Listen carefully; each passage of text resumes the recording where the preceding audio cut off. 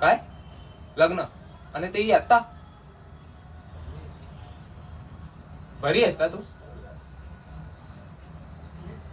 तूच म्हणालीस की तुला या गोष्टींचा विचार करायचा नाही आहे. तू म्हणालीस की तुला US मध्ये जॉब करायचं, तिकडेच सेटल व्हायचं, फायनान्शियली स्टेबल झाल्यानंतर मग तुला लग्नाचा विचार करायचा आहे. बरोबर ना? मग आता तुला काय झालंय? हे बघ, मी आता स्पष्टपणे क्लिअर करतो की मी रेडी नाहीये लग्नासाठी. I am not ready. का म्हणजे? माझी काही फायनान्शियल गोल्स आहेत, करिअर आहे, मलाही पुढचा का विचार करायला लागतो.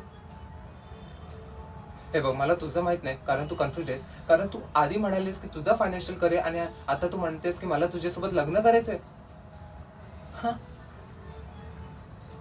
हे बघ, मी स्पष्टपणे क्लिअर केलंय ना की मी लग्नासाठी तयार नाही आहे. I am not ready. बाकी हा, पाहिजे तर तू माझ्यासाठी थांबायला रेडी आहेस तर that's okay, you can wait for me.